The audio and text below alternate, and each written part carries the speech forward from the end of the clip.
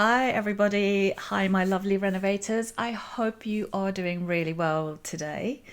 I am back this week with really one of my most favorite things to not only talk about, but also to do. I love designing home layouts. And today I want to talk about how our home's layout affects how we feel every day within our homes. I think this is so important. It's where I start with almost every single project is with a layout. I grab a floor plan and I get going, and I can go for hours figuring out how to best use that space in a way that is going to make the person who lives in that space feel like it is easy. Just feel like they can easily move through and they can get through all of their daily tasks and everything they need to do within their home without effort. So it just feels natural. It just feels normal. It doesn't feel like a chore. So I'd love to talk to you about that today. I'm going to just cover a few points. So let's get into the episode. Okay, so I want to take a bit of a deeper look at how circulation and thresholds and transitions and pause points really influence how we move around and use our homes, and also how they influence our stress levels and our well-being, and also our connection within the home with the others we live in the home with, we use the home with. And really, this all goes beyond square footage and resale value. It's all about how to best plan your home and design your home for that ease. And actually, I do find that a well-designed home with a layout that's been thought through, it will be worth more. People will notice that it's designed well and that they can carry out their daily tasks and their daily lives more easily if the layout is good. So it actually does have that advantage as well. But I want to talk about today how that really affects us as humans within our space. So firstly, I want to talk about circulation. So circulation, I think, before, when houses were built, and even now to a certain extent when new houses are built, circulation is not really taken into consideration enough. I find that, older houses, Victorian houses, like here in London, most of the properties are of older stock, Victorian, Edwardian, and so on. And sometimes those houses in their original forms can be quite awkward to live in. Narrow hallways, kitchens at the back or bathrooms at the back, and how we move through the space has not really been considered. And obviously that's why people renovate so much these older homes, because once they live in them, they discover that they're not really conducive to good circulation and ease within their own homes. So circulation, it's really how we move through the space. How we, quite often, if you have to double back, if you're crossing paths with anyone in pathways or any circulation space, is it awkward? Is it easy?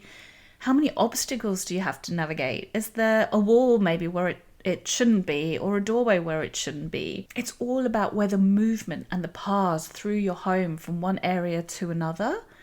It's whether they feel natural or whether they just feel awkward and wrong. So little clues that your circulation might be wrong. And usually I find that if you notice that you're frustrated within your home trying to do things, that is a major sign that your circulation is not good within your home. But, if you're sidestepping furniture, or there's not natural places for things, or your doorways are perhaps not in the places that they should be, or you're walking through another room to get into a different space where you might be interrupting someone else, are you finding your daily routines frustrating, or are you finding them efficient? All of the answers to these is going to give you a clue that your circulation is not good. It causes this kind of invisible stress that I think sometimes people don't even realize, and we're just walking through it every day, getting frustrated, not realizing sometimes how those kind of micro frictions are really getting to a point where they make us feel really unhappy with our homes and not feeling like it's a place where you can relax or be calm.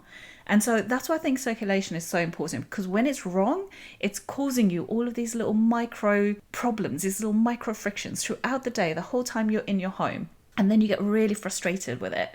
And so I think if you're thinking about renovating, or perhaps you or not even having to renovate completely. Perhaps you can improve your circulation by making smaller changes into your home, like opening up a wall or moving a doorway. So smaller projects. There are lots of ways you can improve circulation within your home without having to do a major renovation. So I want to give you a few quick points on how you can improve circulation in your home.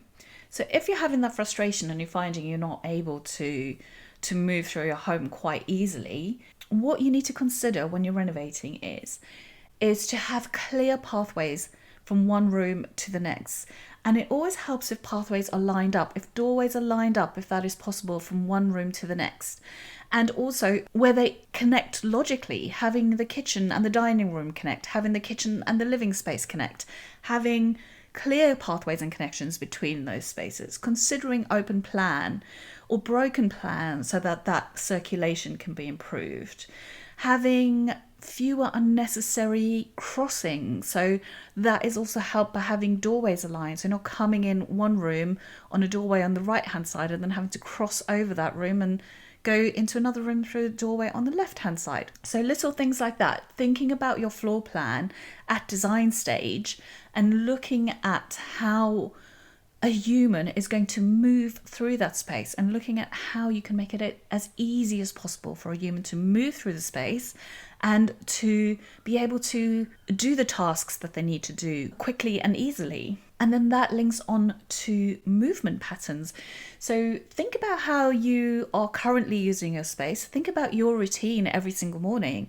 So obviously we wake up in our bedrooms, then we generally go to the kitchen area for coffee, for breakfast, and then we go to the bathroom, perhaps get ready for work. So think about those actual movements, even go to the extent of drawing those movements onto your floor plan and making sure that you are getting the flow right and having those clear paths and thinking about how you use your space and how you can improve the layout for your own activities.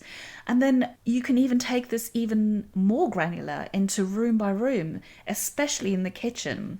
I spent hours and hours thinking about kitchen designs, where everything is placed. Think about how you cook a meal. Where do you go first? Where do you reach naturally for the dishes, for the pots and pans, for your ingredients, for your utensils? Think about it all and how you move your body within your kitchen to prepare a meal. Because the more you make that easy, the more you will enjoy using your space, and it will just be calmer and more relaxing and not be so stressful and frustrating to use your home if you've thought about these things before. So you can think about it from a larger perspective in terms of the layout of your entire home, and you can also think about it at a smaller perspective in terms of room by room design and how you use that particular room. And so circulation in both of these ways is so important to get right. Next, let's talk about thresholds and transitions, because these are really important as well. And I find that having a home that transitions well from one space to another also helps with that feeling of calmness, of cohesiveness. And for me, I think the most important transition is actually when you're stepping in from outside, when you're stepping into your front door. So that first entranceway, the first hallway that you have, for me, that's a really important transition that I always try and get right for my clients and for myself as well. It has to be a place that's welcoming, that's calm, and of course, what I always talk about in terms of making a space calm is storage, making sure there's a place where everything can be put away so you're not greeted immediately with lots of visual clutter as soon as you step into your home, because that is certainly not a great transition to have, to step in from the outside world and then suddenly be greeted with more chaos and more clutter.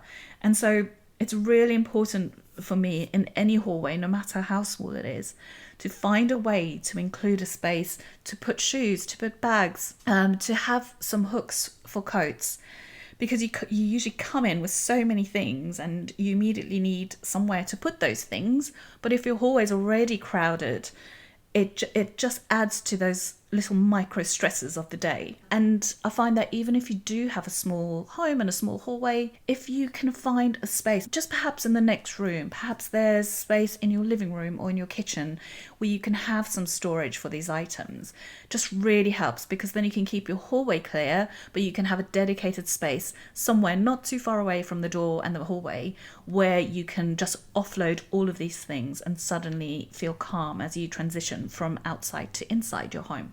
Because really, I feel, I definitely do, you just want to decompress when you step into your home from being out and about, and you want to just mentally arrive and be calm when you enter your home. And so that's why I find that a defined entranceway and an organized hallway is so important for this. So that's to do with hallways, but throughout your home you'll have different transitions. You'll have the transition from your hallway into your kitchen, or the hallway into the living room. And there are so many ways you can create these transitions, almost too much to talk about in this episode. But a transition can be a design element. It can be a feeling of cohesiveness. Perhaps you find it calming if you walk from your hallway into the living room and it has the same sense of organization, sense of style, color, texture. So it can be a transition in a stylistic way, but it can also be a transition in a practical way. So there are many sorts of transitions, but what you do want is for that transition to feel natural. And perhaps you want a transition from your hallway into your living room, for example, to feel the same. You want it to feel relaxing, welcoming, and that can be done in terms of design, that can be done in terms of materials. But perhaps you want a transition in a different way, in a psychological way, where you're transitioning from one mode to another. Perhaps you're going from work mode to home mode. So those transitions can be achieved with things like zoning. Zoning is so great for transitioning because you can zone a certain area in so many ways. It could be a different type of flooring. It could be a different kind of lighting. There are so many different ways to zone so that you feel the change. You feel that transition from going from one mode in your life where you have to change into another. And I find this especially helpful for working mothers, and especially for women like me who we work at home quite a lot. And it's really helpful to have these transitions where perhaps you have a home office, or perhaps like me, you sometimes work at the kitchen island. And for those two things, to go from your home office into the kitchen, that's a clear transition. But to work from the kitchen island and then suddenly be in the kitchen to then have to be in mum mode and cook a meal, that transition is a little bit more tricky. So perhaps there are ways that you can make that transition a bit easier. Perhaps there's a zone where you take your laptop and your work and you just put it away for the evening. You put it somewhere else so it's not on the kitchen island. Then you can focus on the next mode, which is mum mode or cooking mode. So I think these transitions and thresholds really make a difference to also how we use our space, and thinking about how we will use our space, back to the first point within the layout, and thinking about how we move through the space, how we use the space, and then planning from there when it comes to your renovation. I think preparing in that way and planning in that way is really going to help you have smoother transitions and thresholds throughout your home. And then the next one I want to talk about is pause points. So these little pause points, they're little areas that you can plan for in your home when you're thinking about renovating or when you're planning for a renovation. And I love including these little pause points within a layout design because it just makes you look at the space from a bird's eye view and thinking about little pockets of space, little places that you can picture yourself throughout your day, just pausing for a minute. I think it really helps with layout to not only for circulation, but also for how we enjoy our homes in a more relaxed state, to have these small areas. Perhaps you've even just got one in your entire home that is a little pause point for you. And these can be little places like planning enough space to have a chair by a window so you can sit there and read, planning to have a recess on a window deep enough to be able to put a built-in window seat, and then also practically, once the home is finished, it's avoiding overfilling the rooms with too much furniture. It's about leaving space to pause and enjoy your home. And also, it creates visual breathing space. So, not overcrowding your home with narrow hallways and narrow pathways and too much furniture. It's thinking about extending it, that feeling of spaciousness, the feeling of breathing space, which just adds to our kind of mental enjoyment and relaxation within the home. It's almost kind of just space to be still for a moment in your home. And I do find that, modern layouts, they will squeeze every inch out of the home for function. And your home does have to be functional. I speak about that all the time on the podcast. But you also have to leave space for pause and space for your mind to just have a moment where you can sit for a minute and read a book and have a coffee. Because we're constantly on the move in this modern day. We are multitasking and our nervous systems never fully settle. So I always find having these little moments within a home really helps with that. And more I'm starting to design these little spaces into homes.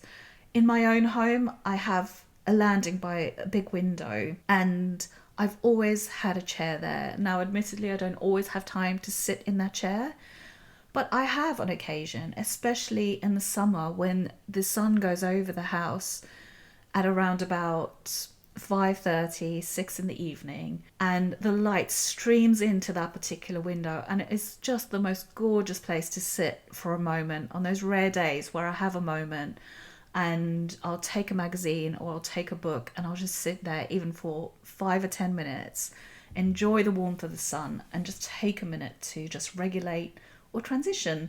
And so I feel like we must include these spaces in our homes.